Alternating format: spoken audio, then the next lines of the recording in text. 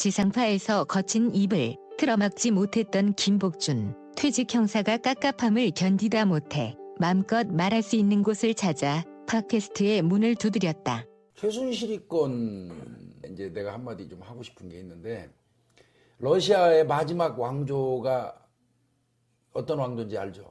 로마노프 왕조예요.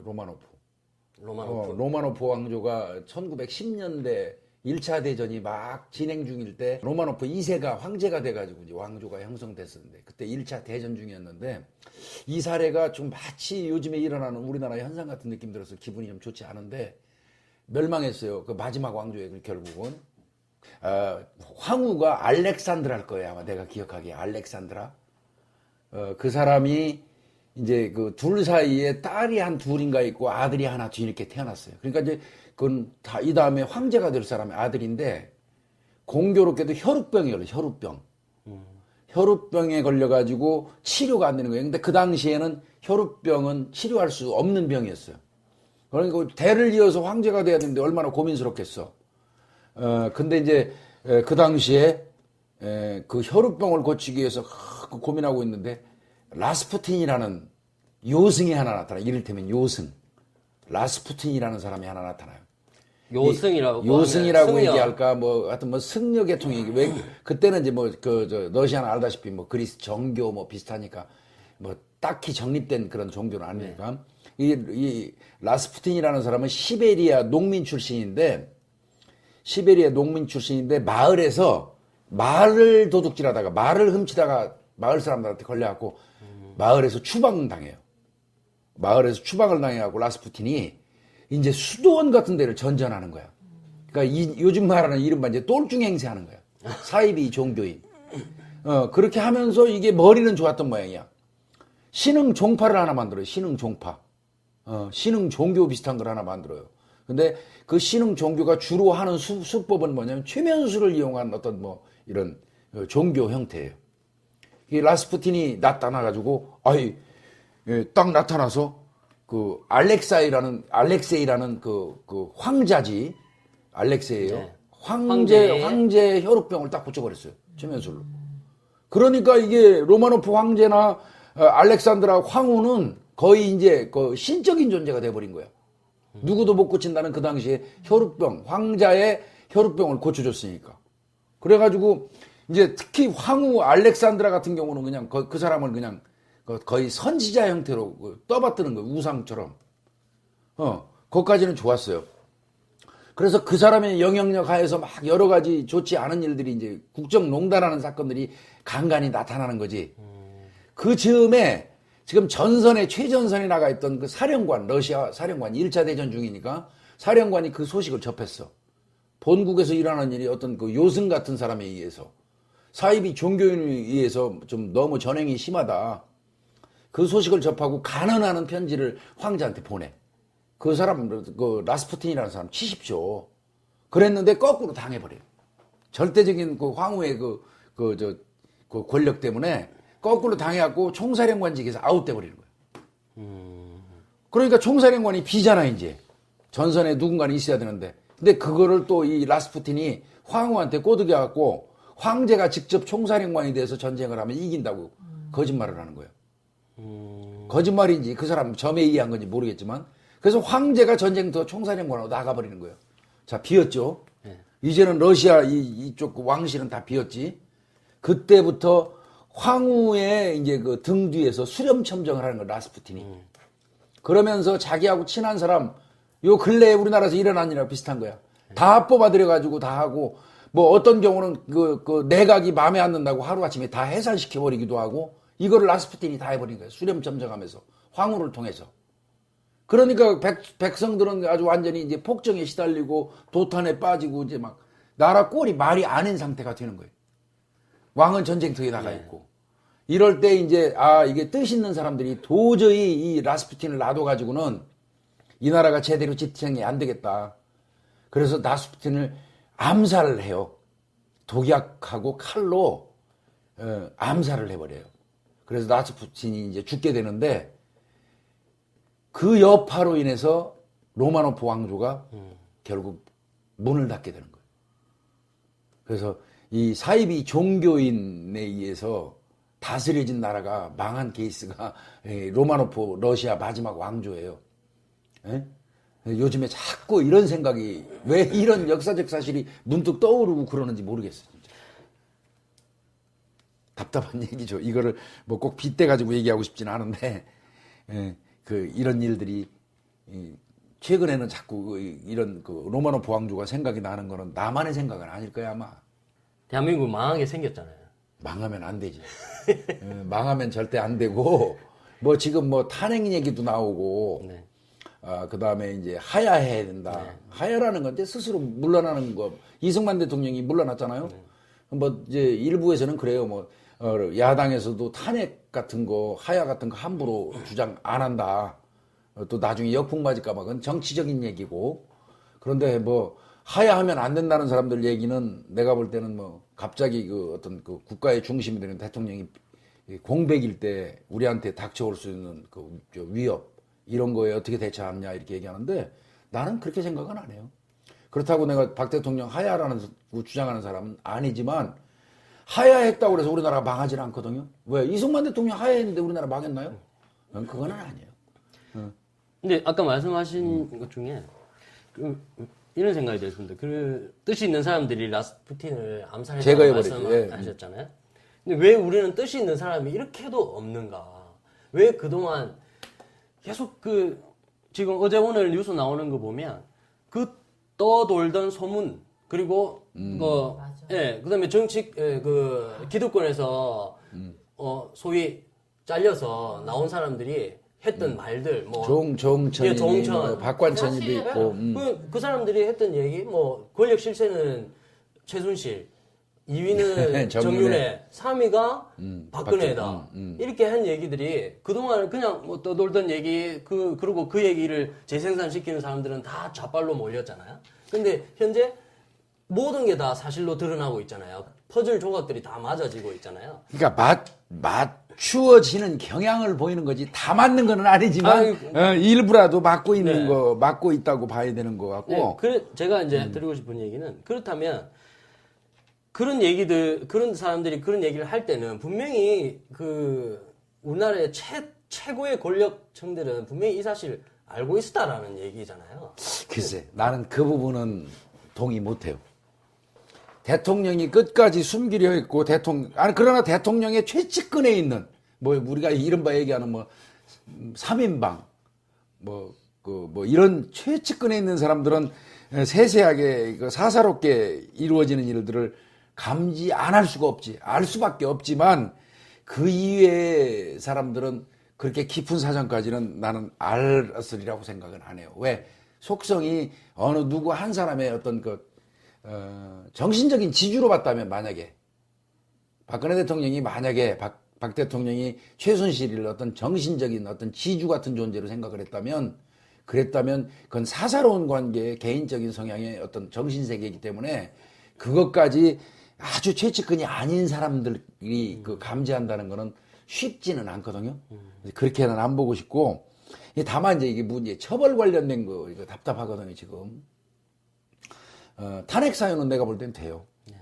왜 그러냐면 대통령이 탄핵은 헌법과 법률에 위반되면 탄핵 사유가 되니까. 그러면 어떻게 보면 대통령 기록물, 국가 기밀 같은 게 지금 현재는 모르겠어요. 국가 기밀인지 여부는 모르겠는데 외교나 안보나 국방 관련된 게 만약에 진짜 지금 일부 보도되는 것처럼 그런 문건이 밖으로 유출됐다면 그건 국가 기밀이에요. 국가 기밀이 사사로운 사람한테 권력의 사유하거든 전달이 됐다면 이거는 명백히 법에 위배된 거예요. 그리고 대통령 본인이 얘기했잖아요. 본인이 협조를 받아서 이렇게 했다는 거는 본인이 유출했다는 뜻이잖아. 그렇기 때문에 이제 그건 헌법과 법률에 위배되는 건 명백한 거고 헌법과 법률에 위배된다면 탄핵의 사유는 돼요.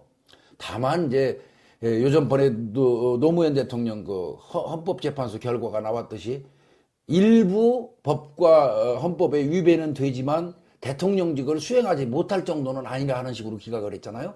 그런 것처럼 이 경우도 뭐 헌법과 법률에 위배된 거는 나는 명백하다고 보는데 그렇다고 하더라도 대통령직을 하야시킬 만큼 그 정도의 어떤 그건 되느냐 이제 이거는 나중에 따져볼 얘기고 그래서 이제 탄핵 관련된 거는 좀 그렇고. 근데 이제, 그러면 이제 우리가 또 중요한 건 최순실이, 읽어본 최순실이는 그러면 뭘로 처벌하냐? 문건을 최순실이가 읽어본 거 갖고 처벌할 수 있는 규정은 없어요. 유출한 사람이 처벌받는 조항은 있어도 그 문건을 갖다 줘가지고 읽어보고 고쳐준 사람에 대한 그게 비록 개인 사인이라고 하더라도 그 사람을 처벌하는 법규는 없단 말이야. 그래서 최순실이는 연설문을 받거나 뭐 국가 기밀 사유로 갖다 봤다 해가지고 처벌하기는 내가 볼 때는 어려울 거예요. 다만 그 모아진 전경련 쪽에서 모아진 그 돈을 유용했는지 여부 이거를 수사해서 이제 최순실이는 처벌하면 될 것 같고요. 뭐 지금 현재 그 기록물을 뭐 열람하거나 봤다는 거에 대해서 수정했다는 거에 대해서 처벌하는 그 근거 규정은 없을 걸로 보여요. 근데 아까 노무현 대통령 얘기하실 때 그 법정에서 노무현 대통령 뭐 대통령직을 수행할 수 없을 정도는 아니다 해서 기각을 했다고 말씀하셨잖아요. 일부 법률에 위반된 사실은 있지만 그때 그 선거법 위반이었거든. 그게. 선거법 위반이 선관위 중앙선관위의 경고가 몇 번씩 있음에도 불구하고 그 당시에 열린우리당이죠. 열린우리당을 지속적으로 대통령이 공식 행사를 하면서 지지하는 발언을 했다. 이제 그런 부분 때문에 이제 문제가 됐는데 선거법 위반이 된다고 본 거예요. 그건 일부 된다고 봤지만 대통령직을 수행하지 못할 정도의 탄핵 내쫓을 만한 정도의 그건 아니다. 이런 의미의 이제 헌재 판결이었거든요. 네, 근데 지금 딱 두 사건을 비교해보면 누구나 상식적으로 이 판결은 딱 그럴 만한 판결이에요. 만약에 뭐 열린우리당 정치적으로 어떤 한 당을 지지했다고 대통령으로서 공식적으로 그러면 안 되는데 그렇게 했다라는 걸로 탄핵까지 막 몰았단 말이에요. 선거법 위반으로. 근데 지금 이 상황은 이거는 그런 상황하고는 비교할 수 없을 정도의. 그러니까 현재 드러난 거는 아직까지 언론 보도에 오늘 현재까지 보도되는 것들은 지금 각종 정황, 징후가 쫙 지금 막 보도가 열심히 되고 있는데 이거를 그 박근혜 대통령이 공식적으로 잘못한 걸로 인정을 하려면 공식적으로 확인이 돼야 돼요. 지금 언론 보도에서 나오는 얘기들이 물론 맞을 거라고 보여요. 근거가 있다고 보이고 어떤 근거에 의해서 보도도 하는 거지만 그러나 적어도 공식적으로는 보도된 사실이 수사기관이라든지 검증할 수 있는 기관에 공신력 있는 기관에 어떤 각종 절차를 거쳐서 이것이 명백하다고 확정되는 순간 범죄로 연관이 될 수 있는 거지 단지 떠도는 보도만 가지고 지금 현재 상태에서 그게 맞다 이렇게 할 수 없기 때문에 내가 조심스러운 거예요. 예. 근데 지금 말씀하시는 거가 맞는 말씀이신데 제가 듣기에는 그 절차라는 거 그리고 그렇게 해야지만 처벌할 수 있다라는 사실을 이용하고 있는 거 아닌가. 예. 그렇게 충분히 생각할 수 있지. 근데 대한민국 검찰 믿어요? 안 믿죠. 거기에 답이 있는 거지. 사실 검찰권이 그 어떤 차등 있게 행사가 되고 있다고 볼 수 있잖아요. 어딘가에는 손도 못 대고 국민들만 조그만 거 하나 걸리면 다 잡아놓고 자기들한테 좀 나쁜 소리하고 불리한 소리하는 어떤 조직이나 단체는 집중 수사하고 이거는 어떻게 보면 보복이거든요. 수사권 남용일 수도 있고 아마 난 절대 다수의 검사를 비롯해서 검찰 조직은 안 그렇다고 보는데 불행하게도 검찰 그 영향력이 있는 그 일부 정치 검찰들이 그 조직을 장악하고 있으면 청와대 눈치만 볼 수밖에 없어요. 그게 지금 문제죠. 그게 문제가 될 수밖에 없어요. 그래서 지금 맨날 검찰 내부에 밖에서는 절대 안 돼요. 이제는 외부에서 검찰도 칼을 내야 돼요. 네. 최순실이 더 문제가 되는 거는 국민들이 다 경악을 하는 이유는 최순실이가 대통령 보좌관으로 꽂은 사람이 뭐 강남의 호텔에서 그 트레이너 하던 사람 그리고 호스트바 출신 제일 이제 나는 공직 생활을 32년 해가지고 겨우 5급 사무관으로 제대했는데 내가 공식적으로 확인된 사실 얘기할게요. 윤전추라는 상급 행정관이 있었죠. 네. 호텔에서 저 헬스 트레이닝도 하던 여자 30대 초반. 얘가 순식간에 얘라고 그러면 안 되겠구나. 그분이 순식간에 상급 행정관이 됐어. 네. 상급이면요 경찰서장이 4급이에요. 그러니까요. 네. 그러니까 지금 아까 이게 있을 수 있는 일이에요? 자, 행정고시를 패스하면 5급 사무관을 줘요. 그래서 상급으로 올라가는 데까지 평균 29년 정도 걸려요. 자, 9급 말단 공무원으로 들어오면 상급 행정관까지 올라가지도 못할 뿐더러 거의 불가능하지만 그래도 그냥 운 좋아서 올라갔다 쳐도 35년이 걸려요.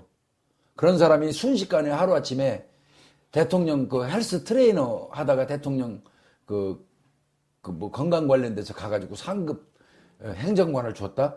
이거는 정말 문제가 있는 거고, 문제는 이 여성이 최순실이가 헬스 배우로 생길 때 거기서 트레이너 하면서 최순실이를 돌봤다는 거 아니에요. 그러면 우리가 뭐 미루어 짐작컨대 최순실이의 추천으로 청와대에 들어간 거로 보이잖아요. 이러면 대한민국에서 지금 공시적 공무원 들어가려고 9급이라도 들어가려고 밤잠 못 자고 목숨 걸고 공부하는, 또 자꾸 떨어져서 자살하는 우리 그 아들 딸들 청년들이 수두룩한데, 이렇게 어느 한순간에 헬스 트레이너 하다가 상급 공무원이 고위공직자가 돼서 그것도 구중궁궐 청와대에 들어가는 이런 일이 일어난다면 이거는 너무 가혹하지 않아요? 공부하는 절대 다수의 우리 청년들한테. 이후 야을망당하고 최순실이라는 사람은 대한민국 국민 전체한테 모독감을 안기고 대한민국을 어떻게 보면 혼란의 도가니로 빠뜨린 절대적인 어떻게 매국노라고 얘기까지는 내가 못하겠지만, 그 사람은 지탄 받는 거 정도 가지고도 안 될 사람. 저는 반드시 이 사람 지금 도망갔는데 검거해가지고 법으로 의법 조치하고 반드시 교도소 빵에 보내서 이 세상 국정농단한 거에 대한 어떤 응징을 해야 된다고 생각해요. 근데 이 사람이 빵에 가면 박근혜 대통령이 처벌을 안 받는 이상 빵에 계속 있겠습니까? 아니지. 그거는 이제 더 이상은, 내가 생각할 때 더 이상은 박정희 대통령도 최순실 관련된 건에 대해서 영향력을 행사할 수가 없을 거예요. 박근혜 대통령이? 예, 절대 못하지. 만약에 그런다면 그건 대통령이 아니지. 예. 그건 말 안 되는 소리고. 말 안 되는 얘기들 너무 많이 저지르고 아니, 그냥 그동안 말 안 됐지만, 그거는 이후에 최순실이 사건 관련돼서, 그리고, 이제, 나도 이제 수사기관에서 근무해본 사람이지만, 박근혜 대통령의 영향력이 먹힐 수가 없어요, 이제는. 그러니까 그런 우려는 안 해도 돼요. 공직자의 속성이라는 게, 떠나간 권력에 대해서 절대 뒤돌아보지 않아요. 이미 내가 판단할 때는 지금 박근혜 대통령은 거의 대통령으로서의 정상적인 그 직무를 수행할 수 있는 분위기, 여건이 이제 어려워요, 현재에서. 근데 영향력 절대 특검해가지고 수사하고 최순실이 관련되고 하는 거에 대해서 영향력 행사를 할 수도 없고 해도 듣지도 않아요. 내가 박근혜 대통령이 진짜 아쉬운 부분은, 난 방송에서도 그 얘기 늘 했어요. 아니, 대통령이 왜 자기 동생들, 조카들을 청와대에 못 오게 해요? 국민들이 대통령한테 가족하고 완전히 단절하고 살으라고 요구한 적 있어요, 우리가? 전혀 아니거든. 와야지, 대통령 사람 아닌가? 아니, 그리고 가족이 없는 우리가 누가 있어, 우리 누구나. 아니, 당연히 그 청와대 뜰에 조카들 와서 진돗개하고 뛰어놀게 만들어주고, 대통령의 조카고 대통령이 동생인데 그거 누가 막으라고 하지 말라고 얘기한 사람이 있어요? 그렇게 본인이 친인척 관리를 잘하기 위해서 심지어는 자기 혈육인 동생 조카까지도 못 오게 한다는 거를, 사실은 그게 굉장히 막 어떻게 보면 치적처럼 대단한 일처럼 퍼졌었잖아요. 근데 그걸 원한 사람 아무도 없었어요. 그런데 그런 사람이 최순실이하고 이런 관계를 유지했다는 게 국민들이 멘붕에 빠지게 만든 요인인 거예요. 근데 나는 이런 생각은 들어요. 이게 적정한 비유인지 아닌지는 모르겠는데, 우리가 왜 일정한 어떤 정신적 지주로, 그게 종교건 어떤 철학적 개념이건 어떤 사람을 정신적인 지주로 딱 삼아버리면 정신적인 지주로 활동하는 사람이 다른 사람이 옆에 못 붙게 통제하는 성향이 있어요. 이를테면 이래요. 내가 이제 예를 드는 거예요. 내가 큰 사업을 하는 사장인데 내가 자주 가는 점집이 있어요. 그래서 거기 가서 사업을 하면서 항상 조언을 구했더니 자, 요번에 이런 프로젝트로 내가 이런 사업을 벌리려고 그러는데 선생님 어떻게 생각하십니까? 그러면 그러겠죠. 뭐 쌀 몇 개 툭 집어던지고 뭐 중얼중얼 하다가 아, 이거 시기가 적정하지가 않으니까 한 2달 뒤로 미루세요. 뭐라든지 하면 2달 뒤로 미뤄갖고 사업하고 이런 사람들이 우리가 생각하는 것보다 의외로 우리 주변에 많잖아. 그죠? 근데 그 사람들의 특징이 뭐냐면 엄청난 고객이야. 그 회장은. 돈 잘 주고 나한테 찾아오는 엄청난 고객인데 나 이외에 다른 사람을 만나기 시작하면 내가 안 되지. 그래서 항상 주변 사람들하고 거리를 두도록 유도를 하는 성향이 분명히 있어요. 맞습니다. 예, 그게 그런 성향이 있는데 혹시라도 만에 하나라도 최순실이가 박 대통령한테 가족 간에도 어떤 이격거리를 둬라. 그 다음에 지나치게 근접하게 가까운 사람은 절대 만나지 말라. 이런 어떤 통제라고 하기는 좀 그렇고 그런 조언, 그런 식의 어떤 조종 이런 걸 했다면 이건 정말 너무나 불행한 거죠, 우리 국민이. 그런 거 이런 거 여태까지 박근혜 대통령에 대해서 떠돌던 이야기들을 이렇게 종합해 보면 과연 이 박근혜 대통령이라는 사람이 본인이 어떤 대통령으로서 국정을 수행할 수 있는 그런 능력과 어떤 자기 확신과 뭐 이런 내공을 갖추진 사람인지 아니면 정신적으로 누군가에게 족쇄가 채워져 있던 꼭두각시에 불과한 건지 이 부분이 진짜 큰 의심이 드는 상황이 지금 됐단 말이에요. 법에 의해서 잘못된 게 있다고 그러면 대통령도 법은 만인 앞에 평등한 거니까 재임 기간에 대통령이 형사적인 소출을 받지 아니한다고 되어 있지만 퇴직 후에도 책임을 물어야 되겠다는 국민의 뜻이 있다면 재임 기간 이후에라도 사인으로 돌아가서 법적인 어떤 제재를 받을 수는 있는 거고요. 국민들이 도저히 납득할 수 없다. 용서가 안 된다고 그러면 대통령직을 수행하고 끝나고 나간 이후에 법적 제재를 가할 수도 있는 거 아니에요? 그러니까 그건 지켜보자고요.